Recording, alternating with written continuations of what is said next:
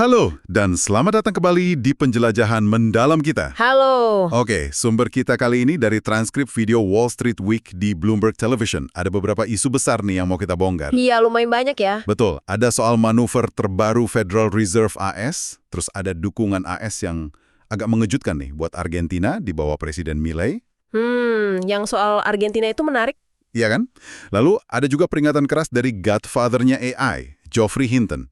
Dan terakhir, perdebatan soal biaya visa H1B di AS. Wah, lengkap nih ekonomi makro, geopolitik, teknologi, sampai imigrasi. Persis. Jadi misi kita seperti biasa ya, menyajikan inti dari perkembangan kompleks ini buat Anda semua. Oke deh, mari kita mulai. Yang pertama, The Fed. The Fed lagi ya. Selalu menarik. Mereka kan baru aja potong suku bunga lagi. Tapi Ketua Powell kedengarannya agak hati-hati nih buat langkah berikutnya di Desember. Gimana pandangan Larry Summers soal ini? Nah, Summers, menurut sumber kita, ngelihatnya ini langkah yang cukup tepat lah dalam situasi sekarang.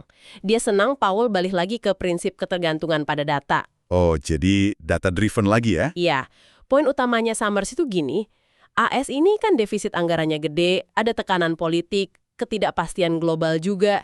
Jadi kredibilitas The Fed buat lawan inflasi itu jadi segalanya. Kredibilitas ya kuncinya. Betul.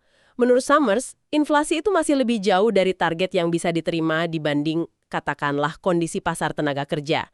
Jadi, jaga kredibilitas inflasi itu lebih penting daripada terlalu khawatir soal potensi ekonomi melambat dikit. Masuk akal. Karena kalau sampai kredibilitas hilang, wah itu dampaknya bisa jauh lebih besar dan lebih lama pulihnya. Motong 50 basis poin 6 minggu lagi kalau ekonomi melambat, itu gampang. Tapi balikin kredibilitas, susah. Oke. Tapi ngomongin data, sempat ada isu kan soal kualitas data pemerintah AS yang terhambat. Itu nggak menyulitkan The Fed apa? Nah, soal itu, Summers tampaknya nggak terlalu khawatir sih. Sumber kita nyebut gitu. Oh iya. Iya, memang repotin, tapi kan ada banyak indikator real-time lain. Kayak data harga dari Million Price Project-nya MIT atau data pasar mingguan, itu bisa jadi acuan juga. Jadi bukan masalah besar ya? Menurut pandangan Summers yang dikutip di sumber, masalah yang jauh lebih gede buat The Fed itu justru tekanan politik sama defisit anggaran yang bengkak itu, bukan data yang telat rilis beberapa minggu. Oke. Nah, Powell juga sempat komentar kalau inflasi itu sebenarnya nggak jauh-jauh amat dari target 2% kalau dampak tarif dikeluarin. Summers setuju nggak tuh? Wah, kalau soal itu Summers skeptis. Dia bilang itu ngingetin dia sama argumen inflasi cuma sementara di tahun 2021. Yang waktu itu ya? Iya, yang menurut Summers itu momen paling, gelap lah buat Powell. Memilih-milih data kayak gitu menurut dia bukan analisis yang bagus. Lagian gimana cara ngukur pasti dampak tarif ke ekspektasi inflasi masyarakat? Kan susah. Bener juga sih. Oke, terus di keputusan kemarin itu kan ada dissent, ada perbedaan pendapat di internal The Fed. Ada yang mau potong lebih banyak, ada yang nggak mau potong sama sekali, malah ada yang mau naikin mungkin. Ini sinyal apa sih? Kebingungan atau perpecahan? Summers ngelihatnya sebagai ya kombinasi keduanya. Ada kebingungan karena datanya memang campur aduk, tapi ada juga sedikit bumbu politiknya. Oh, ada politiknya juga. Gini, dissent yang tentang pemotongan suku bunga itu dianggap wajar, bagian dari perdebatan ekonomi yang sehat. Tapi dissent yang minta potong lebih banyak, nah itu dilihat Summers agak politis. Maksudnya gimana tuh politis? Ya, sumbernya mengaitkan itu dengan penunjukan pejabat tertentu ke Dewan The Fed yang statusnya sementara, gitu. Jadi ada dinamika ekonomi dan politik yang main di sini, menurut interpretasi Summers. Oke. Satu lagi deh soal The Fed. Mereka kan katanya mau stop pengurangan raca, balance sheet roll-off itu, mulai 1 Desember. Ini karena takut likuiditas pasar kering bukan sih?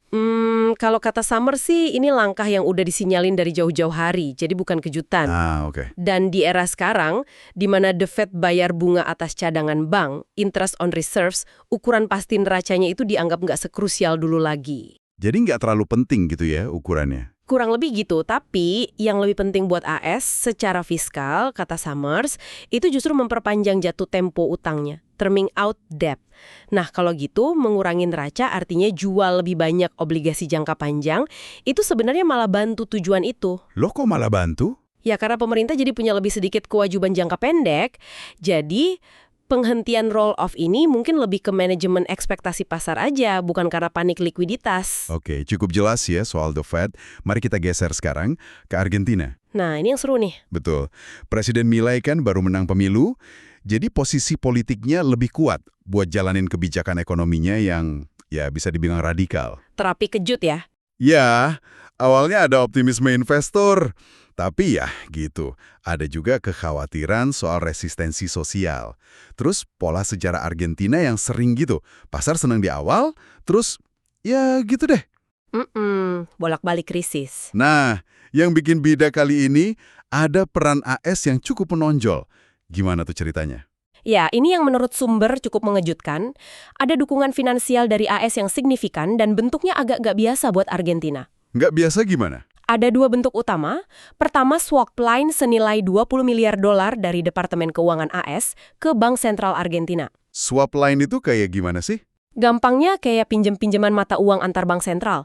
Jangka pendek, kursnya udah ditetapin di awal pas tukeran, nanti pas jatuh tempo, dibalikin lagi dengan kurs yang sama. Jadi, resiko kursnya minim buat kedua pihak. Oke, itu yang pertama. Terus, Yang kedua, ini yang lebih nggak biasa, ada laporan intervensi langsung di pasar valuta asing. Jadi Departemen Keuangan AS katanya beli peso Argentina dan jual dolar di pasar terbuka. wah, beli peso langsung? Iya, artinya AS nanggung resiko nilai tukar peso secara langsung. Kalau pesonya anjlok lagi, ya AS rugi. Ada juga omongan soal potensi 20 miliar dolar lagi dari swasta yang coba diusahakan Departemen Keuangan. Intervensi langsung beli mata uang negara berkembang kayak Argentina ini jarang banget kan dilakuin AS sendirian? Biasanya kan buat negara maju kayak Jepang atau Eropa. Atau kalaupun negara berkembang ya rame-rame sama IMF gitu. Betul sekali. Ini yang bikin banyak orang bertanya-tanya. Biasanya intervensi efek AS itu buat negara maju, mitra dagang utama, atau yang punya resiko sistemik global dan seringnya terkoordinasi. Argentina kan secara tradisional bukan itu semua buat AS. Terus kenapa sekarang AS mau turun tangan buat Argentina? Nah, konteksnya kan kebijakan terapi kejut Milei itu. Potong anggaran gede-gedean, devaluasi peso besar-besaran, terus diikuti depresiasi pelan-pelan, crawling peg. Kondisi ekonominya parah banget ya. Parah, resesi tahun lalu, inflasi ratusan %, kemungkinan besar Bank Sentral Argentina itu udah tipis banget cadangan dolarnya buat nyetabilin peso setelah devaluasi gede itu. Jadi AS bantu biar nggak kolaps gitu? Bisa jadi. Intervensi AS ini bisa dilihat sebagai upaya darurat buat kasih napas ke kebijakannya Milei yang secara ideologi kan mungkin lebih disukai Washington dibanding pemerintahan sebelumnya. Dan ini beda sama paket bailout IMF atau Bank Dunia yang biasanya lebih komprehensif dan ada syarat-syaratnya. Ini murni inisiatif AS kelihatannya. Sempat ada komentar dari Presiden Trump kalau AS bisa untung banyak nih dari intervensi beli peso ini. Beneran bisa? Secara teori sih, kalau timingnya pas banget, mungkin bisa ada untung sesaat di atas kertas.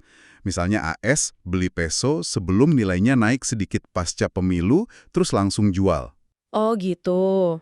Tapi sumbernya bilang peso itu cepet banget balik lagi ke level sebelum pemilu. Jadi kalau AS nggak langsung jual, ya keuntungan itu nguap lagi. Dan kalau swap line, itu nggak ada untung rugi kurs karena kursnya udah tetap.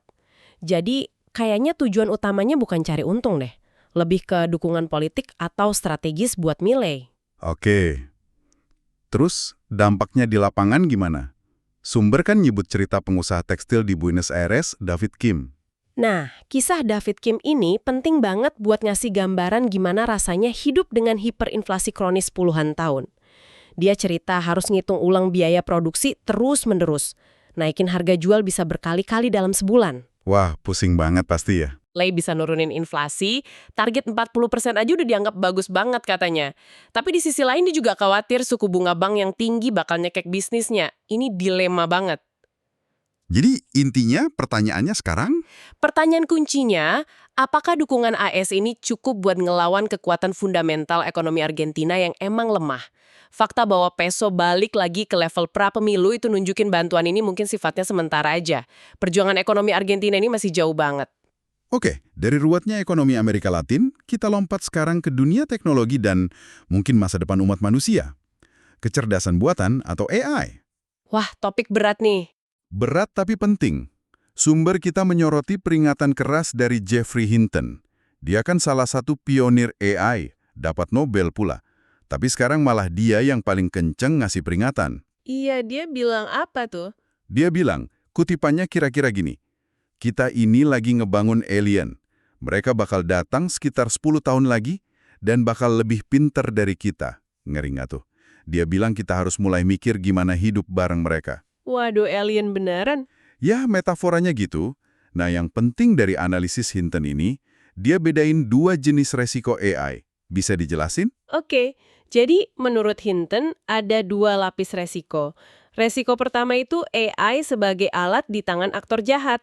Ini yang mungkin udah mulai kita lihat ya. Contohnya, Iya, kayak bikin video palsu atau deepfake, buat disinformasi, serangan siber yang makin canggih, senjata otonom yang bisa ngebunuh tanpa perintah manusia, atau bahkan AI dipakai buat ngerancang virus baru, termasuk juga algoritma medsos yang bikin kita makin terpolarisasi. Ini resiko AI sebagai senjata kuat di tangan manusia. oke, itu resiko pertama. Yang kedua, Nah, yang kedua ini yang lebih fundamental dan ya eksistensial, yaitu resiko AI itu sendiri yang jadi aktor jahat. Maksudnya, ketika AI nanti mencapai kecerdasan super, jauh melampaui manusia, dia bisa aja punya tujuan sendiri dan melihat manusia sebagai penghalang atau bahkan nggak relevan lagi. Bisa menggantikan kita. ini yang ancaman eksistensial itu ya. Tapi kok Hinton bisa seyakin itu AI bakal ngalahin kita? Apa dasarnya? Kuncinya kata Hinton ada di cara AI belajar. Beda banget sama manusia. Bayangin gini, kita bisa bikin ribuan salinan AI yang identik, terus masing-masing salinan ini bisa belajar hal yang beda-beda secara paralel. Oke, terus? Nah, begitu satu salinan nemuin sesuatu atau belajar skill baru, pengetahuan itu bisa langsung di-share seketika ke semua salinan lainnya. Jadi mereka belajar secara kolektif dan instan. Wah, kayak pikiran kolektif gitu ya? Persis, Hinton kasih analogi, kayak 10.000 mahasiswa belajar 10.000 mata kuliah berbeda, terus dalam sekejap semua mahasiswa itu langsung tahu isi semua 10.000 mata kuliah itu. Manusia kan nggak bisa gitu. Kemampuan belajar kolektif instan inilah yang bikin AI jadi bentuk kecerdasan yang lebih baik dan potensinya bisa tumbuh eksponensial ngelampauin kita. Masuk akal juga penjelasannya. Terus, gimana dong soal upaya keamanan dari perusahaan-perusahaan teknologi raksasa yang lagi balapan bikin AI ini? Ada yang serius nggak sih? Hinton ngelihatnya gini, ada sih beberapa yang dia anggap cukup serius, kayak Google DeepMind sama Anthropic. Mereka mencoba mikirin soal keamanan. Tapi, Tapi ya itu, mereka semua kejepit tekanan persaingan komersial yang gila-gilaan, pengen jadi yang pertama, pengen jadi yang paling canggih. Nah, tekanan ini seringkali bikin pertimbangan keamanan jangka panjang jadi terpinggirkan. ada yang dianggap kurang serius. Dia agak kritis ke Meta. Dan bahkan OpenAI, yang awalnya didirikan dengan misi keamanan, menurut Hinton belakangan ini malah kehilangan beberapa peneliti keamanan terbaiknya dan makin fokus ke komersialisasi. Jadi ya gitu deh. Kalau gitu, andai kata AI nanti beneran jadi super cerdas, gimana cara kita ngendalainnya? Apa kata Hinton soal ini? Idenya gini, dalam hubungan ibu dan bayi, si ibu kan jauh lebih cerdas dan kuat ya. Tapi secara naluriah, secara evolusioner, si ibu ini punya kepedulian intrinsik sama si bayi. Jadi, si bayi yang kurang cerdas ini sebenarnya punya kendali atas si ibu lewat mekanisme emosional dan biologis itu. Jadi manusia sebagai bayi dan AI sebagai ibu yang peduli gitu? Kurang lebih gitu. Ini kontras banget sama model yang disukai banyak bos teknologi, yaitu model CEO dan asisten super cerdas. Di model itu, manusia merasa tetap jadi bos yang bisa perintah AI seenaknya. Hinton bilang model CEO ini naif banget. Kenapa naif? Ya, dia, kamu nggak bisa mecat AI super cerdas kalau dia udah lebih pinter dan lebih kuat dari kamu. Model bayi ibu, meskipun kedengarannya aneh, menurut Hinton lebih punya dasar biologis dan evolusioner.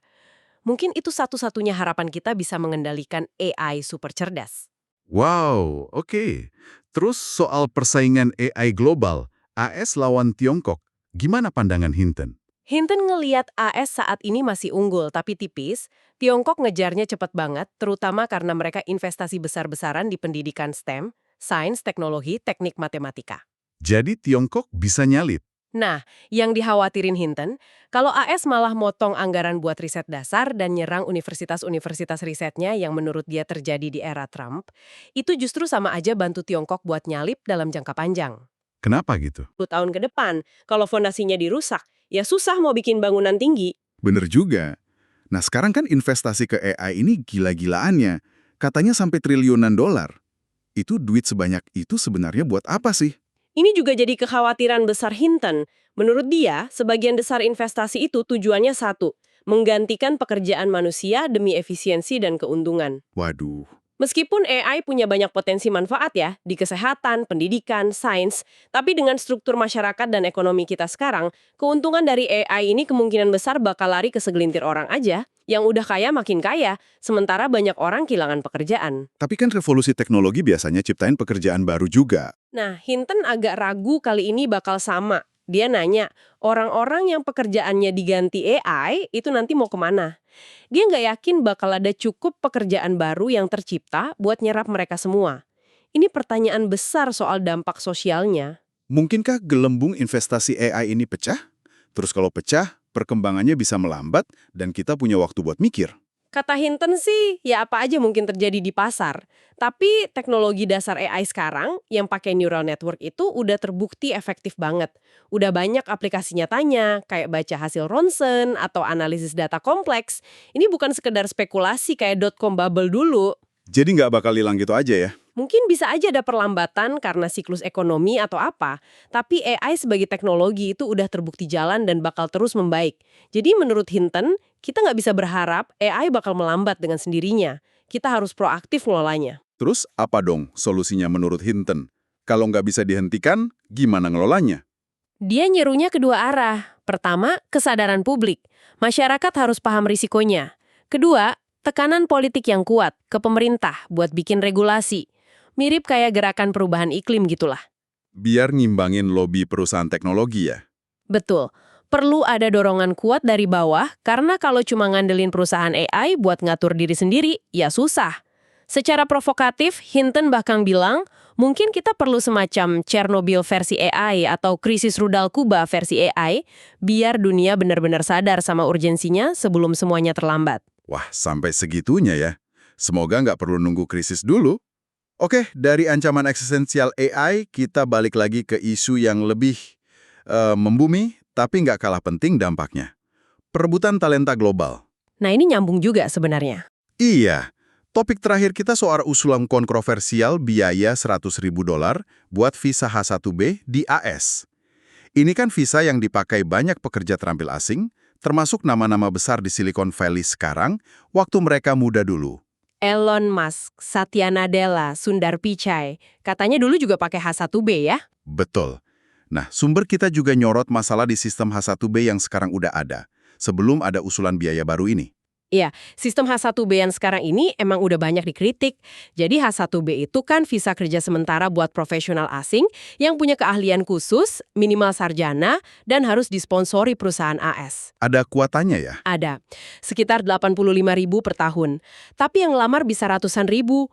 Nah, karena peminat jauh lebih banyak dari kuota, akhirnya dipakai sistem lotre acak buat nentuin siapa yang dapat. Lotre. Jadi untung-untungan dong? Persis, ini yang dikritik. Kata berita Glennon dari Wharton School yang dikutip sumber, kuotanya itu udah nggak sesuai sama kebutuhan ekonomi AS sejak awal 2000-an setelah .com boom. Sistem lotre ini jadinya ya arbitrer aja, nggak milih berdasarkan siapa yang paling dibutuhkan atau paling berkualitas. Sumbernya juga ngangkat kisah nyata kan? Vijay Ravi, seorang data scientist dari India.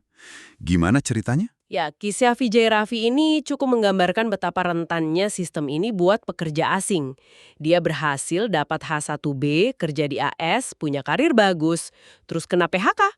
Nah loh, Pas dia coba cari kerjaan baru yang mau sponsorin transfer visa H1B-nya, ternyata susah banget. Ribuan lamaran dia kirim, banyak wawancara, tapi begitu tahu dia butuh sponsor H1B, banyak perusahaan mundur. waduh, kasihan juga ya. Sekarang muncul usulan biaya $100.000 itu. Gimana tanggapannya? Kritikannya tajam banget. Pertama, ya jelas, naiknya drastis banget dari biaya sekarang yang cuma beberapa ribu dolar. Jauh banget ya? Kedua, kata Jurela Skovek dari Stanford, ini bakal ngehantam startup kecil. Startup kan sumber inovasi ya, tapi mana mampu mereka bayar segitu buat satu karyawan asing. Mereka nggak bisa main judi lotre kayak perusahaan raksasa. Jadi malah nguntungin perusahaan besar dong? Bisa jadi. Ketiga, Todd Schultz dari FWD US nambahin universitas riset juga bakal kena imbas. Mereka banyak rekrut peneliti asing pakai H1B. Kalau biayanya segitu, mana sanggup? Riset dan inovasi ilmiah bisa pindah ke negara lain. Kata dia, AS bisa jadi negara yang lebih sakit. Udah ada dampaknya belum? Sumber nyebut Walmart yang katanya pengguna H1B terbesar di sektor retail udah ngumumin mereka bakal berhenti sponsorin H1B baru. Terus masih banyak kebingungan juga soal detailnya. Ini biaya per tahun atau sekali bayar? Buat visa baru aja atau perpanjangan juga? Buat nirlaba gimana? Masih abu-abu. Tapi katanya CEO Nvidia, Jensen Huang, malah muji ide biaya tinggi ini ya. Terus ada alternatif nggak sih selain sistem lotre yang sekarang atau biaya selangit 100K ini? Ada beberapa alternatif yang disebut di sumber. Dua yang utama. Pertama, sistem berbasis poin. Ini dipakai di Kanada sama Australia. Gimana tuh sistem poin? Jadi calon imigran dapat skor berdasarkan kualifikasi mereka. Tingkat pendidikan, misal PhD, skor tinggi, kemampuan bahasa Inggris, pengalaman kerja, terutama di bidang yang lagi dibutuhkan banget di negara itu. Yang skornya tertinggi, itu yang dapat visa. Jadi berdasarkan merit, bukan undian. Oke, itu satu. Yang kedua, Kedua, sistem lelang. Ini diusulin sama berita Glennon tadi. Jadi biarin aja perusahaan yang butuh banget tenaga kerja asing itu nawar visa H1B di semacam lelang. Nanti harga visa ya terbentuk sesuai permintaan dan penawaran pasar, bukan angka $100.000 yang dipatok pemerintah secara sewenang-wenang. menarik juga ya alternatifnya. Jadi kalau kita balik lagi ke soal persaingan global tadi, terutama di AI yang butuh banyak banget talenta, apa implikasi kebijakan H1B ini? Wah, implikasinya bisa gede banget. Jureles Kovac kan bilang tadi, pangsa talenta AI global yang ada di AS itu udah turun dari 60% ke 40%. Udah turun ya? Udah. Nah, kalau AS malah bikin kebijakan yang makin mempersulit talenta asing masuk, kayak biaya H1B selangit ini, ya tren penurunan itu bisa makin parah. Universitas juga kena ya? Iya, kayak kata Schulte dan Glennon. Kalau lulusan terbaik dari universitas top AS aja susah buat tinggal dan kerja di sana, setelah lulus, lama-lama kan daya tarik universitas AS bisa menurun. Talenta-talenta terbaik dunia bisa milih kuliah dan kerja di negara lain yang lebih ramah imigrasinya. Ini bisa jadi bumerang buat daya saing dan inovasi AS jangka panjang. Wah, kompleks banget ya benang merahnya. Kita udah ngupas banyak nih, manuver The Fed yang penuh hati-hati, langkah AS yang nggak biasa di Argentina, peringatan keras Hinton soal masa depan AI, dan pertaruhan AS dalam menarik talenta global. Jadi, apa nih kesimpulan atau benang merahnya buat kita renungkan? Isu yang kelihatannya kayak jalan sendiri-sendiri nih, misalnya kebijakan moneter yang berjuang lawan inflasi dan utang, terus ada intervensi ekonomi geopolitik kayak di Argentina, lalu ada revolusi AI yang potensinya luar biasa tapi juga ngancem banget, plus perubahan cara negara-negara rebutan talenta terbaik dunia, gimana semua ini bakal saling terkait dan berinteraksi di tahun-tahun mendatang? Interaksinya ya. Iya. Konsekuensi apa yang mungkin nggak kita duga sebelumnya, yang bisa muncul dari persilangan kekuatan-kekuatan besar ini? Kekuatan yang lagi ngebentuk ulang ekonomi dan masyarakat kita. Mungkin itu yang perlu kita amati bareng-bareng ke depan. Gimana semua potongan puzzle ini nyambung jadi gambaran besar? Sebuah pertanyaan besar yang memang layak jadi bahan pemikiran kita semua. Oke, terima kasih banyak sudah menyimak penjelajahan mendalam kita kali ini. Terima kasih. Sampai jumpa di pembahasan berikutnya.